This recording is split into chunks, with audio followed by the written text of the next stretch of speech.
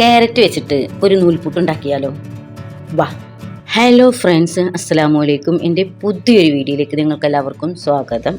നമ്മുടെ കുഞ്ഞുമക്കൾക്കൊക്കെ വെറൈറ്റി ആയി പുതുമയുള്ള എന്തെങ്കിലുമൊക്കെ ഉണ്ടാക്കി കൊടുത്താലാണ് അവർ കഴിക്കുള്ളൂ.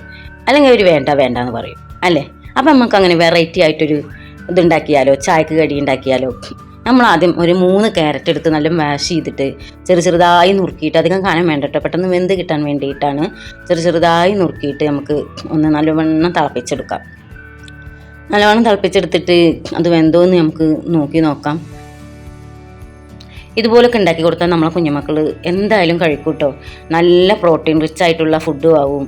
അപ്പോൾ നമ്മുടെ ക്യാരറ്റ് നമുക്ക് വെന്ത് കിട്ടിയിട്ടുണ്ട്. നമുക്ക് ഞാൻ ഒരു ജാറിലേക്ക് ഇട്ടിട്ട് ഒരു തുള്ളി വെള്ളം ഒഴിച്ചിട്ട് അത് നല്ല പേസ്റ്റായി അരച്ചെടുക്കണം. നൂൽപുട്ട് ഉണ്ടാക്കാൻ വേണ്ടി 2 വെള്ളമാണ് ഞാൻ ഒഴിച്ചിരിക്കുന്നത്. 2 വെള്ളം എന്ന് പറഞ്ഞാൽ 2 ഗ്ലാസ് വെള്ളമാണ് ഞാൻ ഒഴിച്ചിരിക്കുന്നത്. അപ്പോൾ നൂൽപുട്ട് പെർഫെക്റ്റായിട്ട് നല്ലപോലെ കിട്ടാൻ വേണ്ടിയിട്ട് ഒരു 2-3 സ്പൂണ് വെളിച്ചെണ്ണ ഞാൻ ഒഴിച്ചിട്ടുണ്ട്. അത് നമുക്ക് ഓയിലോ എന്തായാലും കുഴപ്പമില്ല കേട്ടോ. അപ്പോൾ നമ്മൾ പേസ്റ്റ് പോലെ അരച്ച് വെച്ച നമ്മുടെ ക്യാരറ്റ് അതിലിട്ട് കൊടുത്തിട്ട് ആ പൊടി ഇട്ടിട്ട് നല്ലവണ്ണം ഇളക്കി കൊടുക്കണം. പൊടി അടിയിൽ പിടിക്കരുത് കേട്ടോ. നമ്മുടെ പൊടിക്കൊരു യെല്ലോ ഷെയ്ഡ് വന്നത് കണ്ടോ? ഈ ഷെയ്ഡ് കാരണം നമ്മുടെ കുട്ടികളൊക്കെ പെട്ടെന്ന് ഫുഡ് കഴിച്ചോളും കേട്ടോ. ഉണ്ടാക്കിയാൽ ഒരു 2 തരി കല്ലുപ്പ് ഇടണം കേട്ടോ പൊടി വാട്ടും. അപ്പോൾ നല്ലവണ്ണം ഞാൻ കുഴച്ച് ഇതാക്കി എടുത്തിട്ടുണ്ട്. അത് നമുക്ക് നമ്മുടെ സേവനായിൽ ഇട്ടിട്ട് പീച്ചിയെടുക്കാം. അപ്പോൾ ഞാൻ ഈ പാത്രത്തിലൊക്കെ നമ്മൾ എണ്ണ പുരട്ടി കൊടുക്കണം കേട്ടോ. എന്നാലാണ് നമുക്കത് ചുട്ട് കഴിഞ്ഞാൽ പെർഫെക്റ്റ് ആയിട്ട് ഇങ്ങോട്ട് എടുക്കാൻ പറ്റുള്ളൂ. അല്ലെങ്കിൽ നമ്മുടെ നൂൽപുട്ടൊക്കെ അതിലൊക്കെ ഇങ്ങനെ ഒട്ടിപ്പിടിച്ചിരിക്കുകയുള്ളൂ. അപ്പോൾ നമുക്ക് നമ്മുടെ വെറൈറ്റി നൂൽപുട്ട് പീച്ചി നോക്കാം. ഇടിയപ്പം എന്നൊക്കെ ഇതിന് പറയും ചില നാട്ടിൽ. ഞങ്ങളുടെ നാട്ടിൽ നൂൽപുട്ട് എന്നാണ് പറയുക. നിങ്ങളുടെ നാട്ടിലൊക്കെ വേറെ പേരെന്തെങ്കിലും പറയുന്നുണ്ടെങ്കിൽ ഒന്ന് കമൻറ്റ് ചെയ്യണം കേട്ടോ.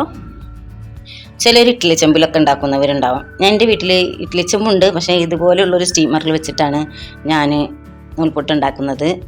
അപ്പോൾ നമ്മൾ നൂൽപുട്ട് വെന്ത് കിട്ടിയിട്ടുണ്ട്. നമുക്കത് എടുത്ത് നോക്കാം കേട്ടോ. നല്ല ആവിയൊക്കെ കയറിയിട്ട് വെന്ത് കിട്ടിയിട്ടുണ്ട്.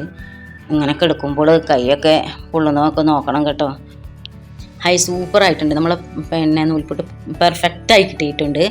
ഈ കളറൊക്കെ കണ്ട കുഞ്ഞുമക്കൾ എന്തായാലും കഴിക്കാതിരിക്കില്ല. അപ്പോൾ നിങ്ങൾ എന്തായാലും ട്രൈ ചെയ്ത് നോക്കണം. ഇതിലേക്ക് ഞാൻ ഒപ്പം കഴിക്കാൻ വേണ്ടിയിട്ട് ഉണ്ടാക്കിയിരിക്കുന്നത് തേങ്ങാപ്പാലാണ്.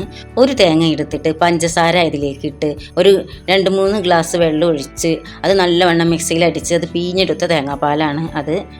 ഒരു ഏലക്കായും കൂടി നമ്മൾ തേങ്ങ അരച്ചെടുക്കുമ്പോൾ ഇട്ട് കഴിഞ്ഞാൽ നല്ലൊരു ഫ്ലേവറാണ് നമ്മുടെ തേങ്ങാപ്പാലിൻ്റെ ഇതിന് കിട്ടുക. അപ്പോൾ എല്ലാവരും ഇതുപോലെയൊക്കെ ഒന്ന് ട്രൈ ചെയ്ത് നോക്കണം.